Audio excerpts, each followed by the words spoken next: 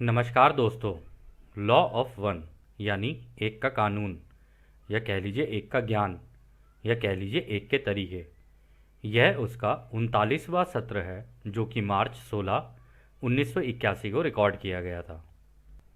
दोहराया जाता है कि इस किताब द्वारा दी गई सभी सूचनाएं और जानकारियां आप जान भी सकते हैं, मान भी सकते हैं, नज़रअंदाज भी कर सकते हैं और नकार भी सकते हैं, क्योंकि यह आपकी स्वतंत्र इच्छा या फ्री विल है जो कि एक अनंत रचयिता द्वारा आपको दी गई है। एक बात और कही जाती है कि लॉ ऑफ वन पूरी तरह से सभी के लिए फ्री है। यदि कोई इकाई या व्यक्ति इसको निजी स्वार्थ के लिए इस्तेमाल करे तो वह उसकी व्यक्तिगत जिम्मेदारी होगी।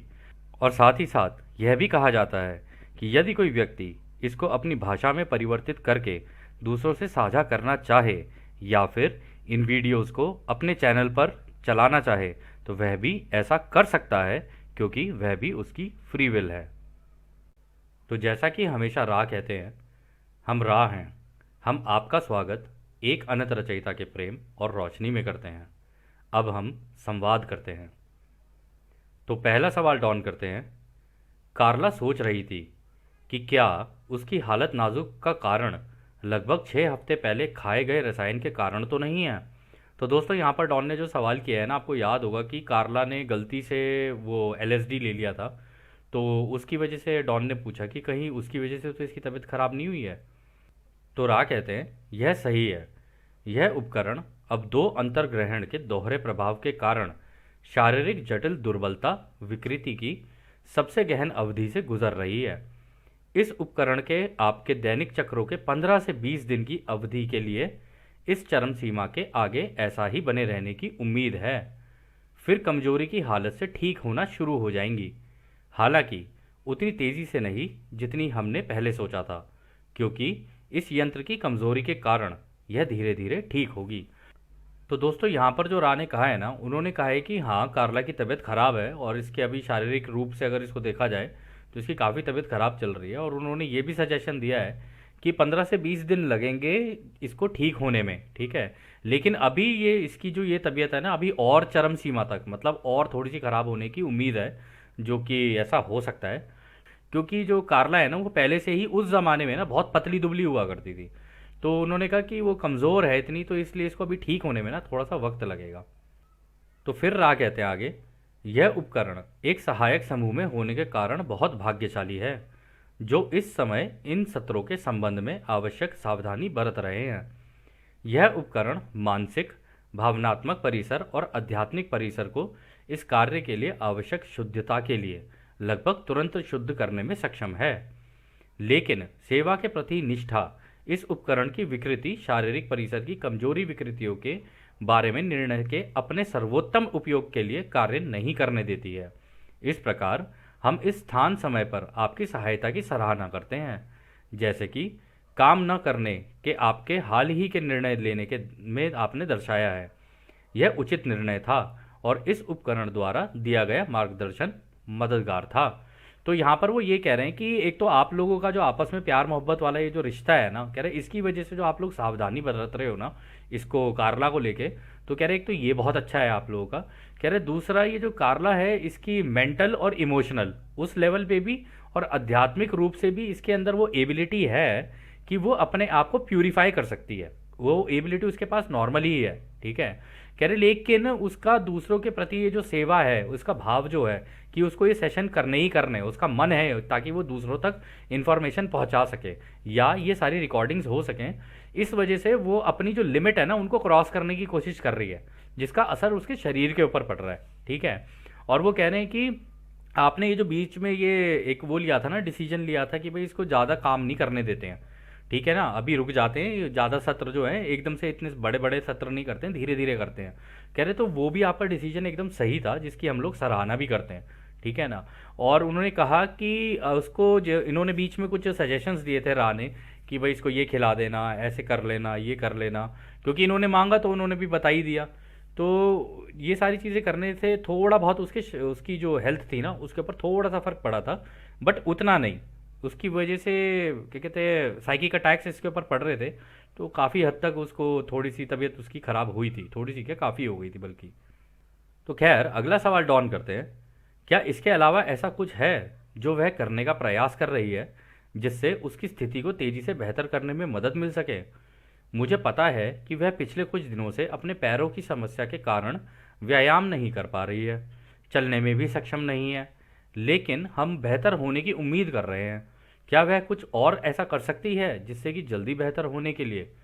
तो यहाँ पर डॉन ने पूछा कि आप कुछ और सजेशंस दे सकते हो, क्योंकि वो एक्सरसाइज भी नहीं कर पा रही है, ठीक है, और चलने में भी उसको दिक्कत हो रही है और उसके पैरों में भी दर्द हो रहा है, ठीक है, तो और कुछ हो जो आप हमें बता सकें तो हम उसको भी इम्प्लीमेंट करने की कोशिश करेंगे।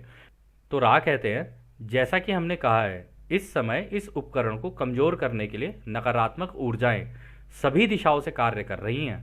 यह पैर में हो रही समस्या इसी का कारण है। यह सौभाग्य की बात है कि इस अवधि के दौरान यह यंत्र एक अनंत निर्माता की पूजा में पवित्र गीतों को गाने में शामिल है। अधिक सक्रिय शारीरिक व्यायाम और प्रेम क्रिया के व्यायाम इसको बेहतर करने में सहायक होते हैं। हालांकि आप जिसे नैतिकता कहते हैं उसके प्रति इस उपकरण की प्रेम क्रिया की गतिविधि पर प्रभाव पड़ता है। तो यहाँ पर राय ये कह रहे हैं कि देखो इस वक्त ना इसके ऊपर ये जो ओराइन ग्रुप है, इसकी जो नेगेटिव जितनी भी एंटिटीज़ हैं, कह रहे वो इसके ऊपर खूब अटैक कर रही हैं, जिसकी वजह से इसका इम्पैक्ट जाके पड़ रहा है इसके पैरों के ऊपर, और इसी वजह से इसकी तबीयत भी खराब हो रही है। और उन्होंने आगे ये भी कहा कि ये तो सौभाग्य की बात है कि ये इसको आदत है, क्योंकि ये जैसे हम भजन कीर्तन नहीं करते रहते, तो इसको आदत है कि इस तरीके का अनंत रचयिता के लिए ये अपने पूजा और पाठ और ये सारी चीज़ें करती रहती है, गाने गाती रहती है, तो उस वजह से इसका दिल हल्का रहता है, और उस वजह से ये रचयिता की रोशनी जो है ना इसके ऊपर कंटिन्यूस पड़ती रहती है। तो इतनी नकारात्मक ऊर्जाएं होने के बावजूद, इतने अटैक होने के बावजूद भी ये अभी इस काम को कर पा रही है।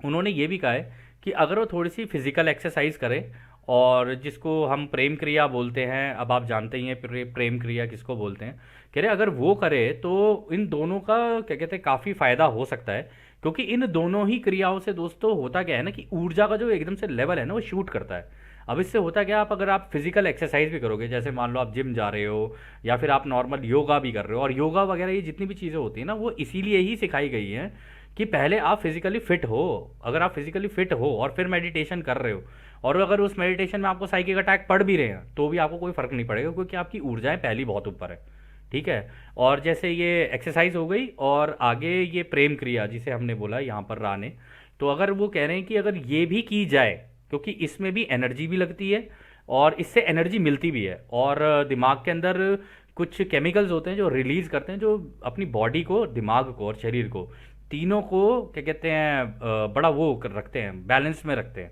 कहते हैं अगर ये दोनों चीज़ें करेगी तो ये भी सहायक हो सकते हैं। लेकिन जैसे कि नैतिकता जिसे कहा जाता है कि भाई उसके अंदर थोड़ा सा वो नैतिकता वाली चीज़ है, तो उसको लग रहा है कि कहीं ऐसा ना हो ये चीज़ मैं करूं तो ये इसका मेरे काम के ऊपर कोई प्रभाव पड़े, तो शायद वो इस चीज़ को अवॉइड कर रही थी कि वो इस प्रेम क्रिया वाली जो जो तरीके हैं उनके ऊपर वो ध्यान नहीं दे रही थी। हालांकि रा ने सजेस्ट किया था कि अगर वो ऐसा करती है तो इससे उसकी ऊर्जा बनी रहेगी और इससे उसको और ज़्यादा ऊर्जा मिलेगी। फिर आगे रा और कहते हैं, और यह सौभाग्य की बात है कि इस यंत्र में प्रेमपूर्ण यौन क्रिया के अवसर हैं जो कुछ पर्याप्त लाभ देते हैं, मूल रूप से आपकी तीसरी घनत्वता में। तो वो कह रहे हैं कि ये भी देखो बड़ी सौभाग्य की बात है कि अभी उसकी एज ऐसी है कि वो इस प्रेम क्रिया, यौन क्रिया के अंदर अगर जाती है ना तो वो इसको कर सकती है। अभी वो स्टेज पे नहीं पहुंची, अपनी अपनी उम्र के उस स्टेज पे नहीं पहुंची जहां पर वो इस क्रिया को ना कर पाए। तो होता है ना कि आगे जाके बहुत सारी चीज़ें होती हैं, फीमेल्स के साथ भी हो जाती हैं, मेल्स के साथ भी हो जाती हैं, कि वो इस एक्टिविटी को कर ही नहीं पाते हैं, ठीक है। ऐसा हो सकता है किसी किसी केस में, किसी क्या मैक्सिमम हो सकता है बुढ़ापे की एज में जाके तो भाई कहा ही नहीं जा सकता, लेकिन आजकल तो ऐसी कलाकारी चल रही है कि बुढ़ापे में भी लोगों के बच्चे हो रहे हैं तो कुछ कहा नहीं जा सकता, ठीक है ना।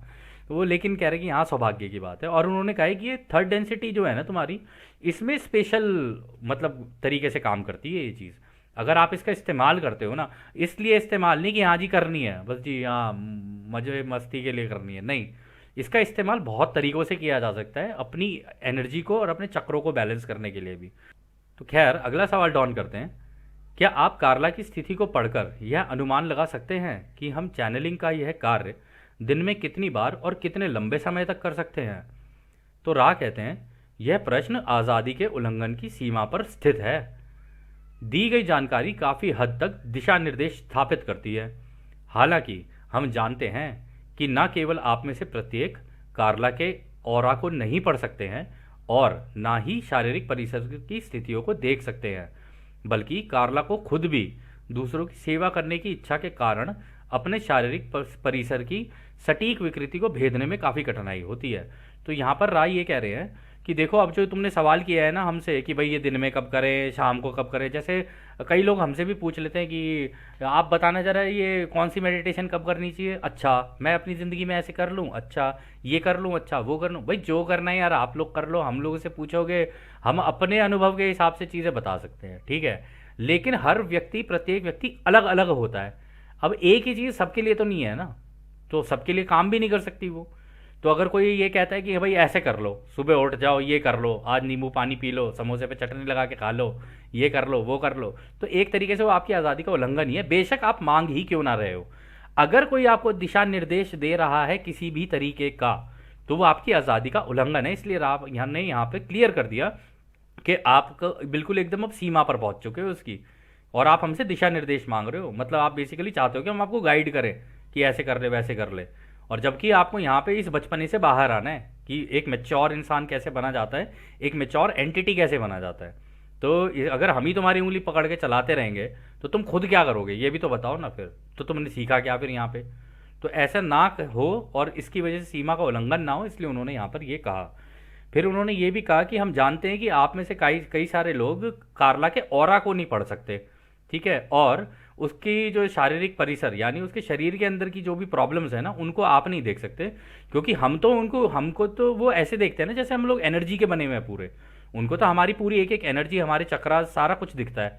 हम लोगों को हमारी फिजिकल बॉडी दिखती है, हम लोग इसी से ही अंदाज़ा लगा रहे होते हैं सारी चीज़ें। हालांकि यूजुअली देखा जाता है कि डॉक्टर्स भी और जितने भी हैं वो सिम्टम्स को देख के अंदाज़ा लगाते हैं। अब सिम्टम कुछ और हो सकता है, लेकिन बॉडी के अंदर की प्रॉब्लम कुछ और हो सकती है, जो रूट कॉज है वो कुछ और हो सकता है। वो तभी पता चल सकता है कि बॉडी के अंदर कहाँ पे एनर्जी ब्लॉकेजेस है। अगर वो पता चल जाए, जैसे कि राह को दिखती हैं, तो अगर कोई उसको हील कर देना तो बाकी प्रॉब्लम्स अपने आप ही ठीक हो जाती हैं फिर। और यहाँ पर उन्होंने ये भी कहा है कि देखो, कार्ला को भी खुद नहीं पता है कि ये इसको करना कैसे है, ठीक है, क्योंकि उसकी दूसरों की सेवा की इच्छा के कारण वो तो बस काम करती ही चली जा रही है, करती ही चली जा रही है, और अपने आप को थकाए भी चली जा रही है। तो ऐसे नहीं होना चाहिए, इतना काम करो लेकिन अपने आप के लिए भी वक्त निकालो। ऐसा ना हो कि तुम थक के बिल्कुल अपनी ही हालत ख़राब कर लो। फिर वो आगे कहते हैं, इसलिए हम मानते हैं कि हम आज़ादी का उल्लंघन नहीं कर रहे हैं यदि हम यह सुझाव दें कि चैनलिंग का यह कार्य एक दिन छोड़कर कम अवधि की संभावना के साथ सुबह के समय करना उचित होगा। हालांकि यह कार्य किसी भी समय पर कर सकते हैं, हम एक सामान्य रूप से जानकारी दे रहे हैं।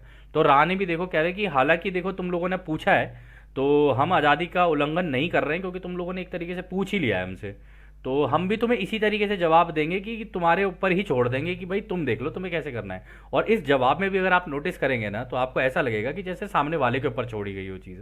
और आप हमसे भी कभी बात करोगे ना, तो हम लोग यही कहेंगे कि भाई देख, ये भी ऑप्शन है, ये भी ऑप्शन है, ये भी ऑप्शन है, ये भी ऑप्शन है, तो वो देख ले भाई तेरे को क्या चूज़ करना है। हमसे ये मत बोल कि हम तेरे को एग्जैक्ट बता दें कि भाई हाँ आज तेरे को उठना है, नमक डालना है, उसके अंदर पानी के अंदर घोलना है, नींबू डाल दे, ये शिकंजी बना के पी ले। ये थोड़ी ना बताने के लिए आए हैं इस धरती के ऊपर, या फिर ये लॉ ऑफ वन के जरिए ये थोड़ी ना बताने आए हैं कि हम आपके डॉक्टर बन जाएं। तो और डॉक्टर तो हम वैसे भी नहीं है, तो हम वो चीज़ बताई ही क्यों, जो चीज़ हमारी है ही नहीं हम वो करें क्यों बेसिकली। तो यहाँ पर उन्होंने ये कहा है कि देखो चैनलिंग का जो है ना, ये क्या कहते हैं, उन्होंने कहा है कि कम अवधि की संभावना के साथ, यानी तुम कम टाइम की रखो ये चैनलिंग, एक दिन छोड़ के रखो, ऑल्टरनेट डेज पे रखो अगर रखना चाहते हो तो, और तुम चाहो तो सुबह के टाइम पर कर सकते हो, लेकिन वैसे ये किसी भी टाइम पे हो सकती है, ये तुम्हारी इच्छा है कि तुम्हें कब करना है। तो आप में से भी कई लोग जैसे हमसे पूछते हो कि हमें मेडिटेशन कब करनी चाहिए, क्या करनी चाहिए, क्यों करनी चाहिए, हमने हमेशा एक ही जवाब दिया आप लोगों को, भाई जब मन करे ना तब कर लो, ऐसा कुछ भी नहीं है। कुछ लोग कहते हैं सुबह करनी है, शाम करनी है, वो भी तुम्हारी इच्छा है, जब तुम्हारा मन करे, क्योंकि अंदर से इच्छा होनी चाहिए मेडिटेशन करने की। अगर अंदर से नहीं है और ज़ोर ज़बरदस्ती अपने साथ कर रहे हो, तो तुम तो अपनी ही आज़ादी का उल्लंघन कर रहे हो। और हमने अगर बता दिया तो हमने आपकी आज़ादी का उल्लंघन कर दिया, फिर उसके बेसिस के ऊपर आपने खुद अपनी आज़ादी का उल्लंघन कर दिया। तो ऐसा ना ही किया जाए तो अच्छा है। और रानी भी यहाँ पर देखो बड़ी समझदारी से ये इसी तरीके से जवाब दिया है। फिर अगला सवाल डॉन करते हैं, ठीक है तो अब मैं सामान्य प्रश्न करना जारी रखूंगा। जो हमें गैर क्षणिक कार्यों को समझने के क्षेत्र में ले जाएगा, जो हमारी चेतना को बढ़ाने का काम कर सकता है। इस प्रश्न का उत्तर खोजने के प्रयास में मैं यहाँ कई गलतियाँ कर सकता हूँ। अगर मेरा प्रश्न भ्रामक है तो मैं पहले से ही क्षमा चाहता हूँ। मैंने देखा है कि अधिकांश मूलभूत चीज़ें 7 में विभाजित हैं। हेनरी पुहारिक द्वारा द नाइन नाम के एक प्रतिलेख को पढ़ने पर मुझे द नाइन द्वारा एक बयान मिला, जहां वे कहते हैं यदि हमें मानव शरीर के विद्युत समकक्ष का 7 गुना बिजली मिलती है तो इसका परिणाम बिजली के द्रव्यमान का 7 गुना होगा। क्या आप इससे समझा सकते हैं? तो दोस्तों यहाँ पर जो उन्होंने सवाल किया है ना, हालांकि बड़ी टेक्निकल सी लैंग्वेज हो गई यहाँ पे, तो हेनरी पुहारिक करके आपको याद होगा, पहले भी हेनरी पुहारिक का यूरी जेलर के साथ जिक्र हुआ था। तो इसमें वो कह रहे हैं कि उन्होंने एक बुक लिखी थी जो उन्होंने चैनल की थी, ठीक है। तो उस बुक का नाम था द नाइन। ये जो नाइन है ना, ये 9 काउंसिल मेंबर्स की बात हो रही है यहाँ पे, जो सैटर्न की रिंग पे जो बैठे हुए हैं ना, शनि ग्रह की रिंग पे जो बैठे हुए हैं, उनके द्वारा जो चैनलिंग हुई है ना, मतलब उनसे जो डायरेक्ट चैनलिंग हुई है, उस बुक का नाम है द नाइन, जो ये हेनरी पॉरिक ने लिखी थी। तो वो कह रहे हैं कि उस बुक के अंदर कहीं पे ऐसा लिखा हुआ है कि जो हमारे अंदर की जो बिजली है, ठीक है, हमारे, क्योंकि हम जितने भी है ना सारे बिजली के बने हुए हैं अंदर से, हमारी सारी चीज़ें, ये पूरी बॉडी ना बिजली की बनी हुई है, ऊर्जाओं की बनी हुई है। और क्योंकि हम इन चारों प्राइमल फोर्सेस का हिस्सा हैं, जो हम लोग शुरुआती दौर में डिस्कस कर चुके हैं, तो उनके अंदर भी आपने नोटिस किया होगा एक स्टैटिक मैग्नेटिक फील्ड होती है और एक इलेक्ट्रोस्टैटिक फील्ड होती है। तो जिसके अंदर इलेक्ट्रो आ जाए, इसका मतलब उसके अंदर इलेक्ट्रिसिटी है। तो वो कह रहे हैं कि हमारे जो इंसान के अंदर की जो जो हमारे अंदर एक 7 गुना लेवल की बिजली होती है, वो भी चक्रों के हिसाब से ही चलती है। तो अगर हम इसको मल्टीप्लाई कर दें आपस में, इन सातों के लेवल्स को अगर मल्टीप्लाई कर दें, तो ये एक्चुअली में 7 गुना हो जाएगी हमारे शरीर की बिजली। और एक्चुअली में हमने कहीं पढ़ा भी था कि शायद हमारी बॉडी के अंदर ना 1 लाख या पता नहीं 24,000 ऐसी कुछ है, 24,000 ट्रिलियन वोल्ट्स के करीब हमारे अंदर बिजली होती है। कि मतलब हमारे अंदर इतनी बिजली है कि हम एक शहर को पूरा, एक व्यक्ति एक पूरे शहर को या कह लो एक पूरे ग्रह को काफ़ी दिनों तक चला सकता है आराम से। मतलब इतनी बिजली है हमारे एक एक व्यक्ति के अंदर के शरीर में, और ये हम पहले डिस्कस कर चुके हैं। तो खैर राय इसका जवाब देते हैं, यह समझाना तुम्हारी भाषा के सामर्थ्य के बाहर है। हम हालांकि इस अवधारणा को समझाने का प्रयास करेंगे। जैसा कि आप जानते हैं, हर लोगोस द्वारा बनाई गई शुरुआती रचना में ठहरी हुई ऊर्जा होती है और काफ़ी शक्तिशाली ऊर्जा है। यह बिजली भी है और आध्यात्मिक भी है। इस आध्यात्मिक ऊर्जा को समझना भी उतना ही महत्वपूर्ण है जितना कि बिजली को समझना। आपके यहाँ कुछ लोगों ने इलेक्ट्रॉन को कहा है कि उसमें वजन नहीं है बल्कि इसमें तरंगे हैं। कुछ दूसरे लोगों ने कहा है कि इसका वजन अनंत हल्का है। दोनों ही बातें सही हैं।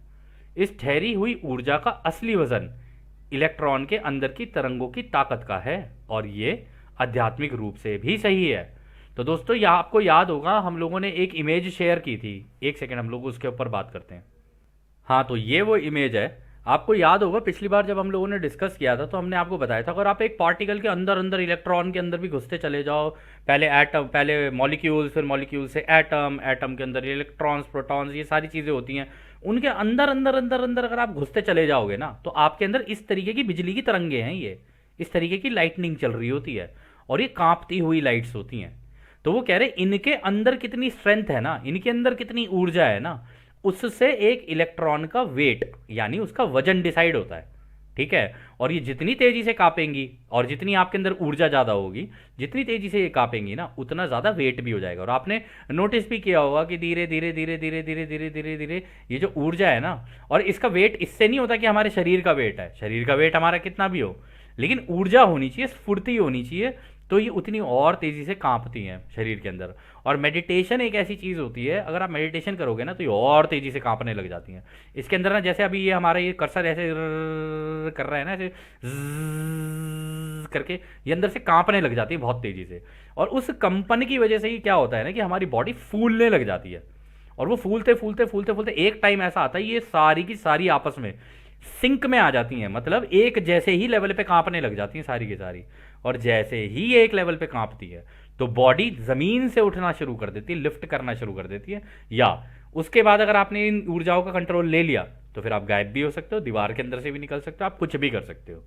तो इसमें रा ने ये बोला है कि इस पार्ट में रा ने मतलब ये बोला है अगर तुम्हें एक इलेक्ट्रॉन के अंदर के बारे में जानना है ना, तो उसके अंदर ये वाली तरंगे भी हैं, और इन्हीं तरंगों से की जो स्ट्रेंथ है, यानी इनकी जो ताकत है, इसी से ही उसका वजन बनता है, और ये आध्यात्मिक रूप से भी सही है।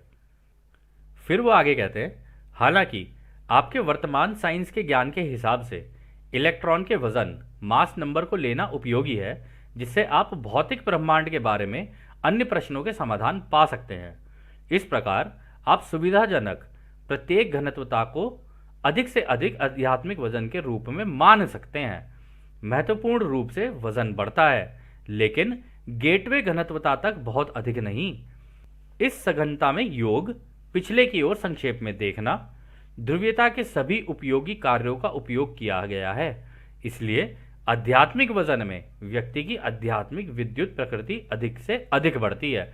तो यहां पर वो ये कह रहे हैं कि देखो, अगर तुम्हारे यहाँ पर जैसे तुम्हारी साइंस के अंदर तुम्हें बताया गया है ना, उसके अंदर तुम्हें इलेक्ट्रॉन का मास नंबर मिल जाएगा, तो उसके कैलकुलेशंस वगैरह हो जाती हैं।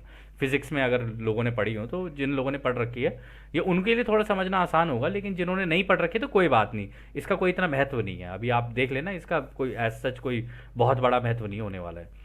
तो वो कह रहे हैं कि अगर वो मास नंबर होता है, हाँ तुम्हें फिजिकल चीज़ों की कैलकुलेशन करनी है कि भाई कांच की कितनी है मास, और लकड़ी का कितना है, दीवार का कितना है, कोई केमिकल है उसका कितना है, कह रहा फिर तो ठीक है, फिर तो तुम जितना मर्जी कर लो, और फिर उस मास की कैलकुलेशन के हिसाब से अंदाजे लगाते रहो कि किस घनत्वता में, मतलब पहली, दूसरी, तीसरी, आगे की घनत्वताओं में कितना कितना वजन होगा। लेकिन रा ने बोला ये ऐसे नहीं है। जैसे जैसे तुम घनत्वताओं में बढ़ते जाओगे ना, आगे आगे, यानी first density, second density, third density, fourth density, तुम जैसे जैसे आगे बढ़ते जाओगे ना, इसकी सघनता बढ़ती जाएगी। यानी अंदर की ये जो ऊर्जाएं हैं ना, ये तरंगे हैं, इनकी स्ट्रेंथ बढ़ती चली जाएगी, ये और स्ट्रांग होती चली जाएंगी, और सिंक में कांपना शुरू करेंगी। तो उन रा ने आपको याद होगा कि आपको अगली घनत्वता में, यानी चौथी घनत्वता में जो लोग जाएंगे, उनको हल्के शरीर मिलेंगे और लाइट बॉडी। हल्के शरीर कह लो, या किसी किसी को हो सकता है रोशनी के शरीर भी मिल जाए, कुछ कहा नहीं जा सकता, हल्की रोशनी के मिल जाए, बाद में जाके वो और रोशनी तीव्र होती चली जाए, कुछ कहा नहीं जा सकता। तो वो कह रहे हैं कि इस केस में ऐसा होता है कि जैसे जैसे तुम आगे बढ़ते जाओगे ना, और जब तक तुम गेटवे वाली घनत्वता यानी आपका वो जो गैलेक्टिक सेंटर वाली जो है, मतलब हमारी जो आकाश गंगा है उसके सेंटर में जो है, जो गैलेक्टिक कोर है, जिसे जब तक वहां पहुंचोगे, वहां तक तो जाते जाते ये बहुत ही बढ़ जाएगी। तो इसका मतलब वहां तक तो पहुंचते पहुंचते पूरे ही रोशनी के हो चुके होगे, मतलब जैसे हमारा सूरज है ना, बिल्कुल ऐसे हो जाओगे आप। और फिर आप वहां से जाके फिर उसके बाद अंदर जाओगे, उसके अंदर उस मतलब कोर के अंदर सारी इंफॉर्मेशन लेके। तो ऐसी आपकी धीरे धीरे धीरे धीरे स्ट्रेंथ बढ़ती चली जाएगी, और ये लोअर से हायर चलती है, मतलब कम से ज्यादा की तरफ बढ़ती है। फिर वो आगे कहते हैं, इस एनालॉग के लिए एल्बर्ट के नाम से जाने जाने वाले व्यक्ति के काम का निरीक्षण किया जा सकता है, जो बढ़ते हुए वजन को अनंत तक बढ़ाता है, क्योंकि यह वजन प्रकाश की गति तक पहुंचता है। इस प्रकार सातवां घनत्व पूर्ण व्यक्ति वो निर्माता है जो खुद को जानता है, वजन जमा करता है, और एक बार फिर से एक रचयिता में मिल जाता है। तो देखा दोस्तों, यहाँ पर हमने जो अभी बात कही उन्होंने क्लियर कर दी। उन्होंने कहा कि अगर तुम इसको एल्बर्ट आइंस्टाइन के उसके देखोगे ना, उसकी साइंस से देखोगे, तो उसने भी कहा है कि जैसे जैसे जैसे जैसे ये मास बढ़ता जाएगा ना, बढ़ता जाएगा, तो एक टाइम ऐसा आएगा कि ये ना क्या कहते हैं, स्पीड ऑफ लाइट तक पहुंच जाएगा। और एक बार स्पीड ऑफ लाइट तक पहुंचने का मतलब है रोशनी बन जाना, खुद ही रोशनी बन जाना। और अगर आप खुद ही रोशनी बन गए, तो वो कह रहे हैं ना सातवीं घनत्वता कहाँ है, हमारे गैलेक्सी के कोर में। तो कह रहे कि वहां पे वो व्यक्ति पूर्ण बन जाता है, निर्माता, यानी वो भी तो एक रचयिता ही है ना, लेकिन है तो इन्हीं तरंगों के अंदर वो भी बने हुए ना। तो वो जो रचयिता है ना, फिर वो कह रहे हैं कि वो अंत में जाके फिर एक अनंत रचयिता से मिल जाते हैं। ये भी रोशनी के ही होते हैं। आपको याद होगा वो ब्लैक होल व्हाइट होल वाली थ्योरी, उसके अंदर वो ब्लैक होल से घुसते हैं, व्हाइट होल में जाते हैं, तो एंड में जाके वो पूरे के पूरे रचयिता में ही मिल जाते हैं, और अंदर सिंगुलैरिटी में पहुंचते हैं। फिर उनका एक नया जन्म होता है, फिर वो दूसरी साइड में निकल जाते हैं, और फिर नए अनुभवों को तलाशते हैं, या कह लो नए नए अनुभव बनाते हैं। तो इट्स लाइक अ गेम, उसके अंदर नए नए अनुभव फिर बनने शुरू हो जाते हैं। लेकिन इस पूरे केस में सारी चीजें जितनी भी चल रही हैं, सारे ब्रह्मांडों के अंदर सबका अनंत रचयिता एक ही है। उस एक अनंत रचयिता ने ऐसे रोशनी के पहले अपने बच्चे बनाए, फिर उन्होंने अपनी क्या कहते हैं वो बनानी शुरू की, अपनी आकाशगंगाएं बनानी शुरू की, फिर उन्होंने अपने सूरज बनाने शुरू किए और उन्होंने ग्रह लगाने शुरू किए। फिर उन सूरजों का काम है कि भाई उन ग्रहों का ध्यान रखें, उनको अपनी रोशनी प्रदान करें, उनकी सेवा करें, उनसे अपनी इन्फॉर्मेशन लें और इन्फॉर्मेशन आगे आगे ट्रैवल करती रहेगी। और हमने पहले ही कहा था कि पूरे ब्रह्मांड में कुछ भी नहीं है, सब कुछ इन्फॉर्मेशन है, सब कुछ अवेयरनेस है, जानकारी कहाँ से या तो इधर से उधर चलेगी या उधर से इधर चलेगी, ऐसे ही है, बस जानकारी है सारी चीज़ें। खैर अगला सवाल डॉन करते हैं। फिर इस पेज पर मेरे पास जो समीकरण इक्वेशन है उसमें क्या एम आई आध्यात्मिक वजन को दर्शाता है? मैं यह मान रहा हूँ, क्या यह सही है? तो रा कहते हैं हाँ यह सही है। तो दोस्तों यहाँ पर ना ये एक इक्वेशन दिखा रखी है, M I is equal to M not C square divided by, इसका अंडर स्क्वायर रूट है, ब्रैकेट में है फिर 1 - v² divided by C square. अब ये जो है ना ये एक फिजिक्स की मैथमेटिकल इक्वेशन है, ठीक है ना। यहाँ पे एम आई जो है ये आध्यात्मिक वजन हो गया, हालांकि ये मास को कैलकुलेट करने का है तरीका एक तरीके से। हालांकि यहाँ पे एम नॉट जो है ना ये होता है मास। तो ये अगर आप इसको देखोगे ना, सी स्क्वायर का तो हम आपको बता सकते, सी का मतलब लाइट होता है, मतलब लाइट का स्क्वायर कर देना। वी का मतलब होता है वेलोसिटी, यानी जो स्पीड होती है उसका स्क्वायर करते हैं। स्पीड तो नहीं कह सकते, वेलोसिटी अलग चीज़ होती है, स्पीड अलग चीज़ होती है। तो ये उसकी एक इक्वेशन है। तो रा ने कहा हाँ ये इक्वेशन से अगर तुम कैलकुलेट करोगे तो तुम आध्यात्मिक वजन को कैलकुलेट कर सकते हो किसी भी व्यक्ति के, कि इसका आध्यात्मिक वजन कितना है। और दोस्तों इस आध्यात्मिक वजन को कैलकुलेट करने के लिए ऐसा नहीं है कि किसी इंसान का वेट कैलकुलेट करना पड़े, नहीं। इसमें आपके एक एटम के एक अंदर अंदर अंदर अंदर पार्टिकल के अंदर जाके ये जो तरंगे हैं ना इनकी स्ट्रेंथ कैलकुलेट करनी होती है। अगर ये स्ट्रेंथ कैलकुलेट हो गई तो पता चल जाएगा कि हाँ इसका आध्यात्मिक वजन कितना है। लेकिन वो चीज़ तो फिर अब रा ही कर सकते हैं, लेकिन उन्होंने वो यहाँ पर ये कह ही दिया है कि हाँ ये सही है, तुम करना चाहो तो कर लो, तुम जितने ज्ञानी हो बन लो पहले तुम अच्छे से, उसके बाद जब छठी घनत्वता में आओगे तब हम सिखा देंगे तुम्हें सारी की सारी साइंस क्या होती है। खैर तो आगे डॉन कहते हैं, धन्यवाद, क्या आप मुझे बता सकते हैं, क्या आप द नाइन के एक प्रसारण का वर्णन कर सकते हैं जहां वे कहते हैं सी एच एक सिद्धांत है जो ज्ञान और कानून का खुलासा करने वाला सिद्धांत है, क्या आप मुझे बता सकते हैं कि वह सिद्धांत क्या है? तो यहाँ पर कोई सी एच करके कुछ सिद्धांत था उस किताब के अंदर। हमने वो किताब पढ़ी नहीं है तो हम भी पढ़ के देख लेंगे, हो सकता है हमें भी कुछ सीखने को मिल जाए, क्योंकि काउंसिल से चैनलिंग हुई है तो पक्की बात है कुछ ना कुछ तो अच्छा ही होगा। अच्छी बात है, हमें याद दिला दी, क्योंकि हम पढ़ना तो चाहते थे लेकिन हमने पढ़ी नहीं थी, अब हम इसको पढ़ लेंगे। तो खैर राय इसका जवाब देते हैं, यह सिद्धांत उस कथन में छुपा है जिसमें एक सरल सिद्धांत है कि स्थायी यानी कि रचयिता और अस्थायी यानी कि सारे जीवित प्राणी और उन दोनों के बीच प्रेम और रोशनी में एक दूसरे से मिलने की इच्छा के बीच स्वतंत्रता की इच्छा लगी है, जो माया से बंधे व्यक्ति पर कार्य करता है कि वो कितनी तेजी से रचयिता से मिलता है। तो उन्होंने कह दिया जो सी एच का है ना ये कॉन्सेप्ट ये है कि एक अनंत रचयिता वो तो है ही, वो तो स्थायी है, वो तो रहेंगे ही रहेंगे, क्योंकि सारा कुछ इन तरंगों के अंदर बना हुआ और ये तरंगे ही रचयिता है। तो कह रहे वो तो रहेंगे ही रहेंगे।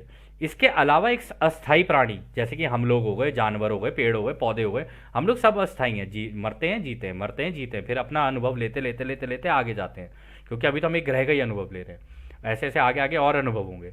तो कहते हैं कि उन दोनों के बीच में प्रेम और रोशनी का ये जो संबंध है ना, मतलब रचयिता की प्रेम और रोशनी और एक अस्थाई व्यक्ति के बीच के अंदर जो डिफरेंस है ना, उनके बीच में स्वतंत्रता की इच्छा का कानून लगा हुआ है। और वो जो कानून है ना वो ही ये डिसाइड करता है, या कह लो वो व्यक्ति खुद डिसाइड करता है कि वो कितनी तेजी से क्रिएटर से मिलना चाहता है। अगर वो जितनी तेजी से मतलब मेडिटेट कर करके अपने आप को किस लेवल पे लेके जाता है कि वो रचयिता से मिल जाए। तो खैर अगला सवाल फिर डॉन करते हैं, क्या यही कारण था कि द नाइन के इस सिद्धांत को इस रूप में दिया? क्या इसका कारण पहली विकृति यानी स्वतंत्रता की इच्छा थी? तो राह कहते हैं नहीं, यह गलत है। तो डॉन आगे कहते हैं, क्या आप मुझे बता सकते हैं कि उन्होंने इस सिद्धांत को इतने छुपे रूप में क्यों दिया है? तो राह कहते हैं, लेखक की सबसे अधिक रुचि पहेलियों और समीकरण इक्वेशंस में थी, इसलिए ऐसे दिया।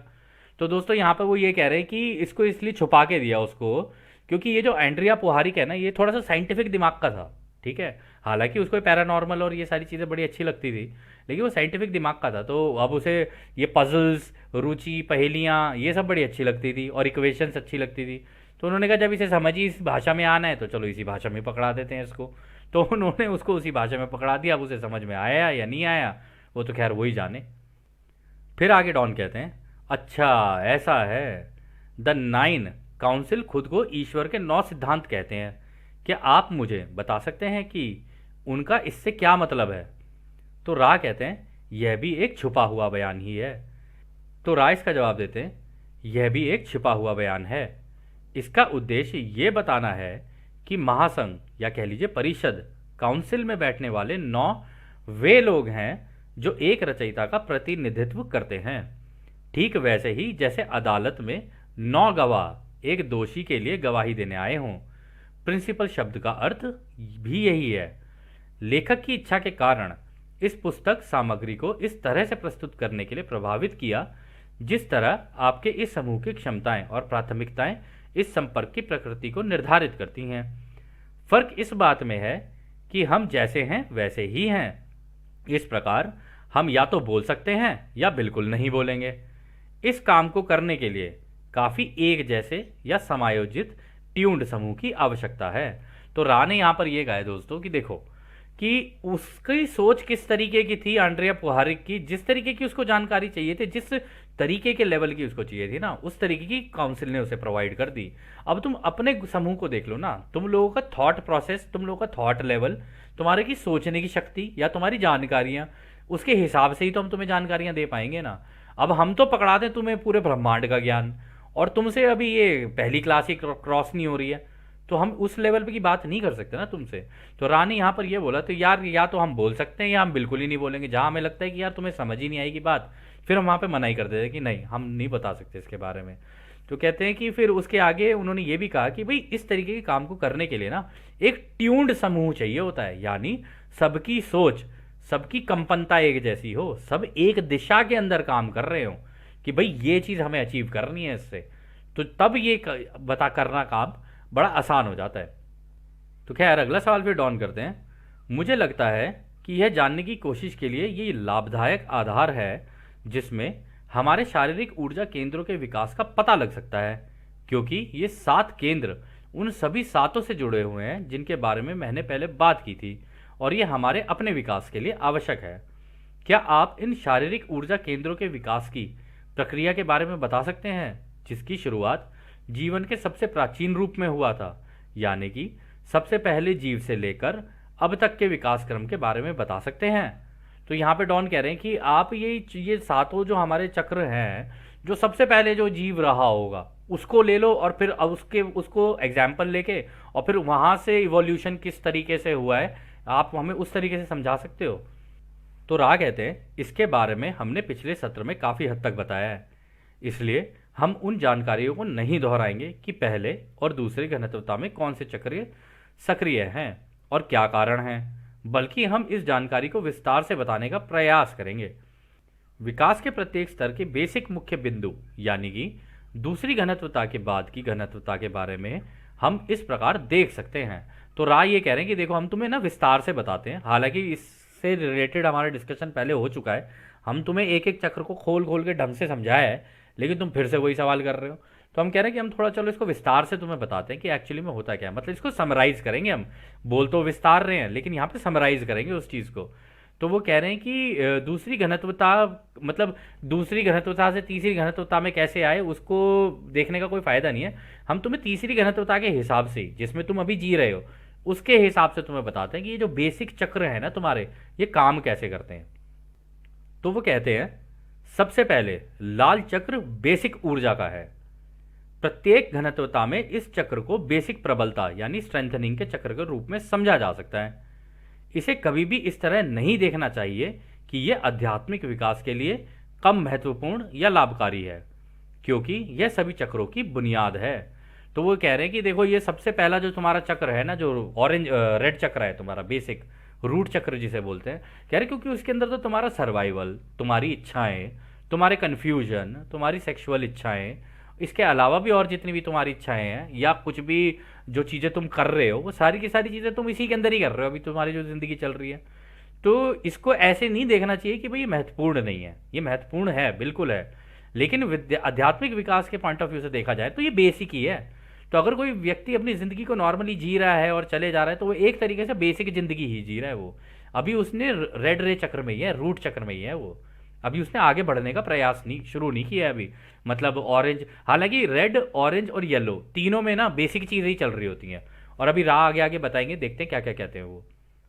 फिर वो कहते हैं अगला बुनियादी चक्र पीला चक्र है। यह एक पीली किरण है। यह चक्र एक महान प्रारंभिक प्रयास, स्टेपिंग स्टोन है। इस चक्र में मन शरीर की क्षमता का पूर्ण संतुलन होता है। मजबूत लाल नारंगी पीले की तिकड़ी ट्राइड एक इकाई के मध्य के हरे चक्र में छलांग लगाने के लिए एक स्प्रिंग बोर्ड का काम करता है। यह फिर से एक बेसिक चक्र है लेकिन मुख्य चक्र नहीं है। तो वो कह रहे हैं ये जो रेड हो गया, ऑरेंज हो गया और येलो हो गया, ये तीनों के तीनों मुख्य चक्र नहीं है तुम्हारे। क्योंकि पहले मतलब है तो ये बेसिक, इसके ऊपर तुम्हारी नींव डली हुई है। अभी तुम जितनी चीजें कर रहे हो सारी की सारी चीजें इसमें है। क्योंकि देखो रूट चक्र में तुम्हारा survival, desire, confusion, sexual reproduction ये आ गया। फिर ऑरेंज रे के अंदर आ गया तुम्हारा पर्सनल, तुम्हारी आइडेंटिटी, तुम्हारे इमोशनल लेवल की आइडेंटिटी कि तुम अपने बारे में क्या सोचते हो, दूसरों के बारे में क्या सोचते हो, तुम्हारी इंडिविजुअल पावर, अपनी ताकत क्या है तुम्हारी, दूसरों को मैनिपुलेट करना, ये करना कि खुद के साथ क्या रिश्ते और दूसरों के साथ क्या रिश्ते, तुम्हारी रिश्तेदारी इसी के अंदर चल रही होती है। ये सारी चीज़ें ऑरेंज रे में चल रही होती है। फिर येलो रे, group identity, power manipulation among groups, herd mentality, group security और कंडीशनल लव। यानी कि येलो वाले में तुम यही सोच रहे होते हो कि भाई मैं किस झुंड का हिस्सा हूँ, ठीक है, या कह लो कि मैं किस समाज का हिस्सा हूँ। कह रहे वहां पर तुम्हारे ये पावर मैनिपुलेशन चलती रहती कि जी मैं उससे बड़ा, या वो मुझसे बड़ा, या इससे छोटा, या वो उससे छोटा, वो सारी चीज़ें चलती रहती हैं तुम्हारी। बेसिकली एक हर्ड मेंटालिटी, जैसे भेड़ों की मेंटालिटी होती है ना, वैसी एक मेंटालिटी होती है कि एक समूह का हिस्सा बनकर उस समूह की तरह ही सोचने लग जाना। तो और उस समूह के अंदर रहकर ये एक अपने आप को एक दिलासा देना या अपने बारे में ये सोचना कि वाह मैं इस समूह का हिस्सा हूँ। जबकि ये सारी चीज़ें एक मैनिपुलेशन का हिस्सा है, एक दूसरे को मैनिपुलेट करने के लिए होती है। फिर उन्होंने कहा कि ग्रुप की सिक्योरिटी, क्योंकि तुम झुंड में इसलिए रहना चाहते हो क्योंकि तुम अपने आप को सिक्योर करना चाहते हो, तुम सिक्योरिटी चाहते हो, इसलिए तुम ये काम करते हो। फिर कंडीशनल लव, उस झुंड के अंदर रहते रहते तुम्हें इसके अंदर ऐसा नहीं है कि कोई तुम्हें उस झुंड से बड़ा प्यार है और ये कुछ है, ये कंडीशनल लव होता है। तुम उस झुंड का हिस्सा इसलिए बनना चाहते हो क्योंकि तुम्हें ऐसा लगता है कि अगर मैं इस झुंड का हिस्सा रहूंगा ना तो मुझे इस झुंड के अंदर जो प्रेम, जो सम्मान और ये सारी चीज़ें मिलेगी, या आपस में एक दूसरे से प्रेम मिलेगा, तो वो एक तरीके का कंडीशनल लव होता है कि कल को ये मेरे काम आएंगे, ये आएंगे, तो ये तो कंडीशनल लव हुआ ना। क्योंकि आप अगर अंदर से ये सोच रहे हो कि कल को ये समूह जो है, मेरा गुट है, मेरा समूह है, ये मेरे काम आएगा, तो इसका मतलब सोच तो आप अपने बारे में ही रहे हो, तो ये तो कंडीशनल लव हो गया ना। तो यहाँ पे कंडीशनल लव है, यहाँ पे अनकंडीशनल लव नहीं है। लेकिन उन्होंने कहा ये जो तीन चीजें होती है ना, ये एक स्प्रिंग बोर्ड का काम करती हैं, ये बेसिक होती हैं। जब तुमने ये कर ली, अब यहां से छलांग मार के तुम्हारा दिल का चक्र खुलना चाहिए। अगर वो नहीं खुला तो फिर तुम अगली घनत्वता में नहीं जा पाओगे। और उन्होंने यहाँ पर एक चीज और इंपॉर्टेंट कही है कि ये तीनों मिलकर एक ट्राइड बनाते हैं, इस तरीके का ट्राइंगल बनाते हैं कि जब तुम इस ट्राइंगल को पूरा कर लोगे ना फिर तुम आगे निकल के जाओगे। और कुछ लोग तो इसी ट्राइंगल के अंदर ही रह जाते हैं, मतलब जीते मरते हैं यही करते रहते हैं बार बार। तो आगे जाने के लिए बड़ा मुश्किल हो जाता है उनके लिए ना, अगली डेंसिटी क्रॉस करने के लिए। तो खैर आगे रा फिर ये कहते हैं यह हरा चक्र आध्यात्मिक कार्य का साधन है।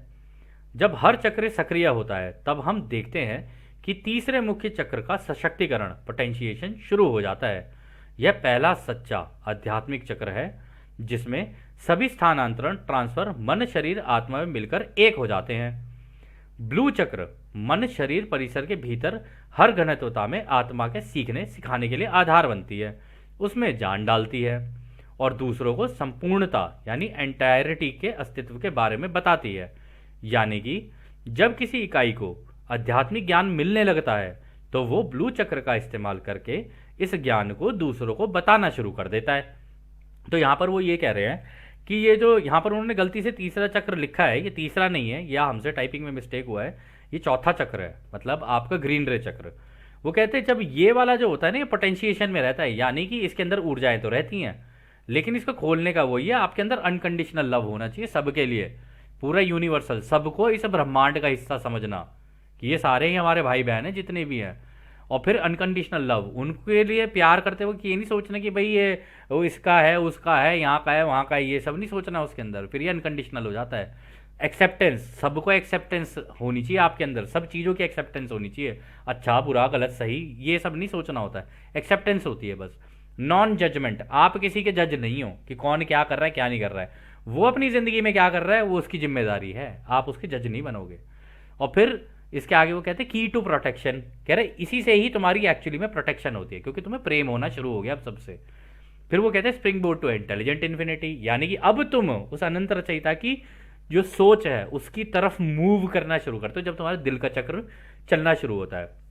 फिर इसके आगे एक और पॉइंट है, incarnation ceases to be automatic, यानी ये जो तुम्हारी जो जिंदगी है, तुम बार बार पैदा हो रहे हो मर रहे हो, पैदा हो रहे हो मर रहे हो, ये ऑटोमेटिक होना खत्म हो जाता है, क्योंकि एक बार दिल का चक्र खुल गया और तुम निकल गए फोर्थ डेंसिटी में, नेक्स्ट वाली में, तो अगर तुम उसके अंदर पहुंच गए तो फिर कोई चीज़ ऑटोमेटिक नहीं होगी।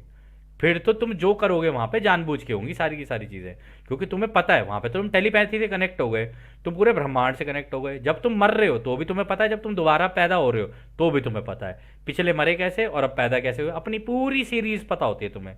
क्योंकि रा ने एक चीज यहाँ पे इसी बुक के अंदर ये कही थी कि फोर्थ डेंसिटी पे पहुंचने के बाद आपको केवल ऐसा नहीं है फोर्थ डेंसिटी का एक्सपीरियंस होगा, आपको ने अभी जो कर रहे हो ना इस तीसरी घनत्वता में, और इससे पहले आपके जितने जन्म हुए हैं, चाहे वो पेड़ पौधे जानवर पेड़ पहाड़ आप कुछ भी बने हो, कह रहे वो सारी की सारी चीज़ें आपको याद हो जाती है। ठीक है, आपको आपके सामने सारा आपका पुलिंदा खुल जाता है, फिर आप उसके अंदर बैठ बैठ के चीज़ें ठीक कर रहे होते हो, ओ यहाँ गलती हुई थी, ओ वहाँ गलती हुई थी। और फिर उन्होंने कहा कि जब ऐसा होने लग जाता है और किसी का ब्लू चक्र एक्टिवेट हो जाए, मतलब जिसका दिल खुलना शुरू हो गया, फिर तो वो बोलना शुरू कर देगा ना, तो फिर इस आध्यात्मिक ज्ञान को सीख कर फिर वो दूसरों को बताना शुरू करता है और आध्यात्मिक ज्ञान देने लग जाता है दूसरों को, या जितनी उसकी अंडरस्टैंडिंग है उसके हिसाब से बताना शुरू करता है। तो इसका मतलब उसका ब्लू चक्र यानी गले का चक्र भी खुल चुका है। फिर आगे कहते हैं इंडिगो पिनियल किरण हालांकि कीमती है, यह किरण केवल माहिर या अडेप्ट के द्वारा काम में लाई जाती है, यह बुद्धिमान ऊर्जा लाने के लिए बुद्धिमान अनंतता का प्रवेश द्वार है, यह वह ऊर्जा केंद्र है जिस पर उन शिक्षाओं में काम किया जाता है जिन्हें आंतरिक गुप्त और रहस्यमय माना जाता है, क्योंकि यह किरण वह है जो इसकी संभावनाओं में अनंत है।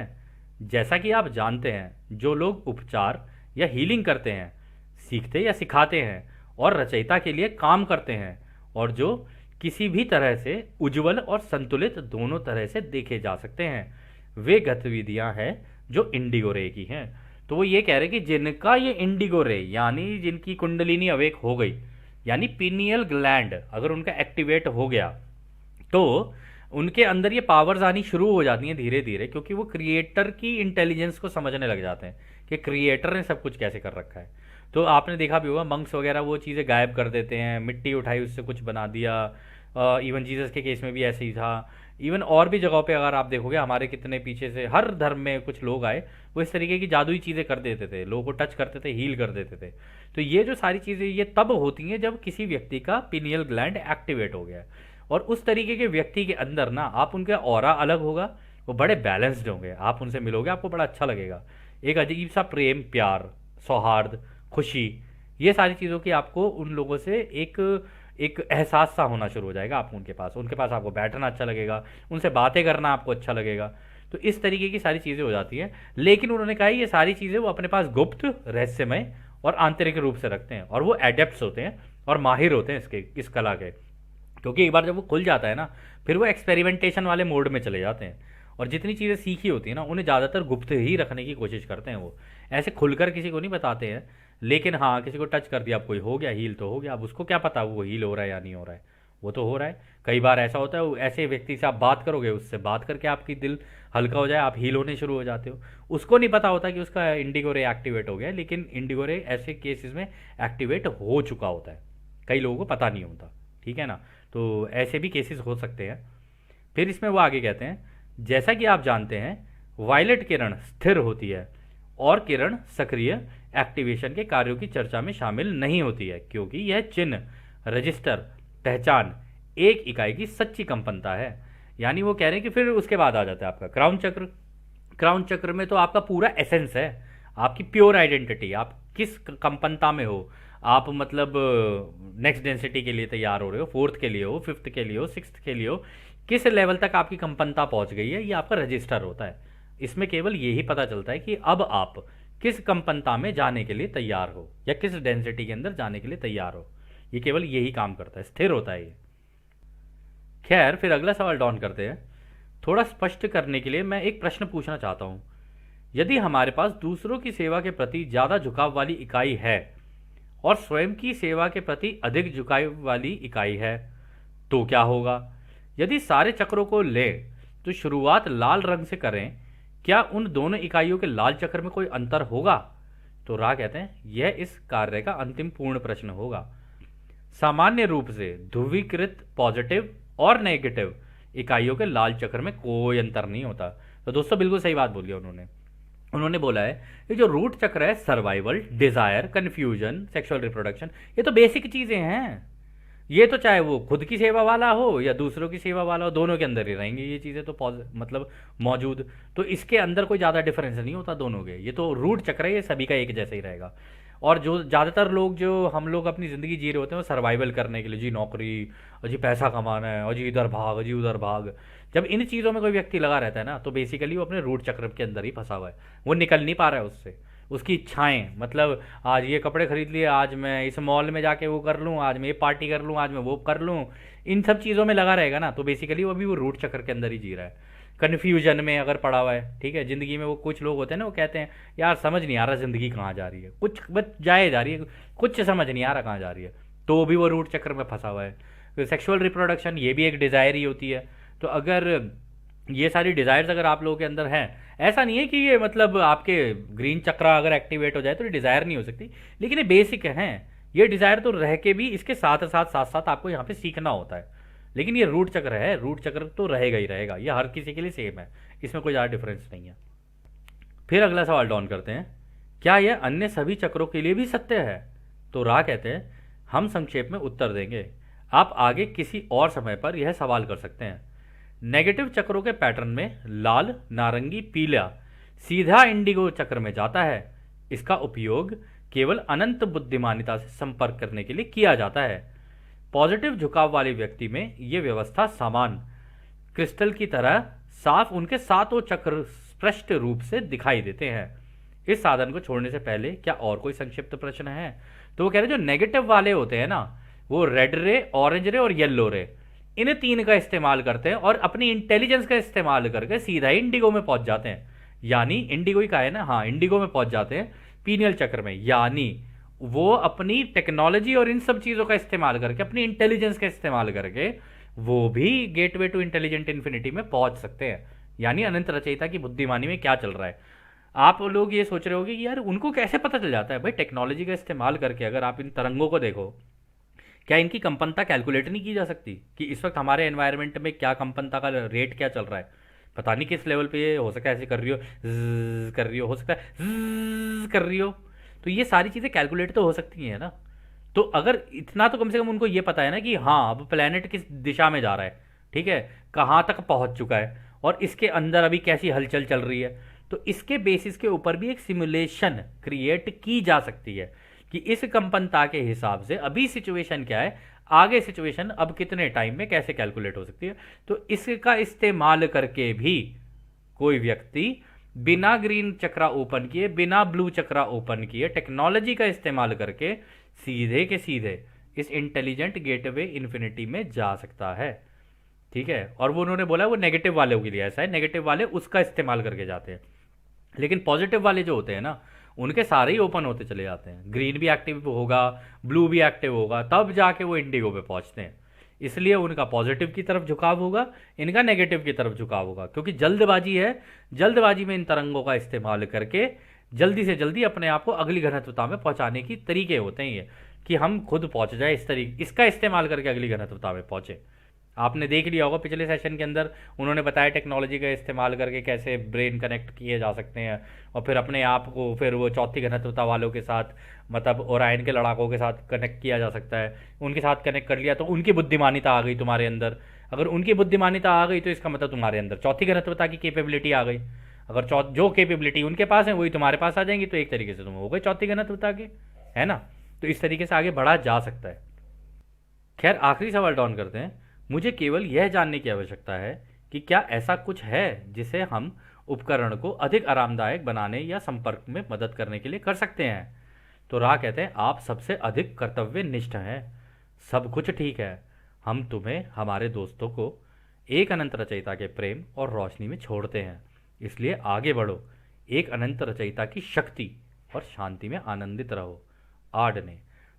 तो दोस्तों ये सत्र अब यहीं समाप्त होता है, और जैसे कि रा ने अभी यहाँ पर बोला, अब हम भी आपको उस एक अनंत रचयिता के प्रेम, उसकी रोशनी, उसकी शक्ति और उसकी शांति में छोड़कर चलते हैं। आद ने हमारे दोस्तों, आद ने वासु। धन्यवाद।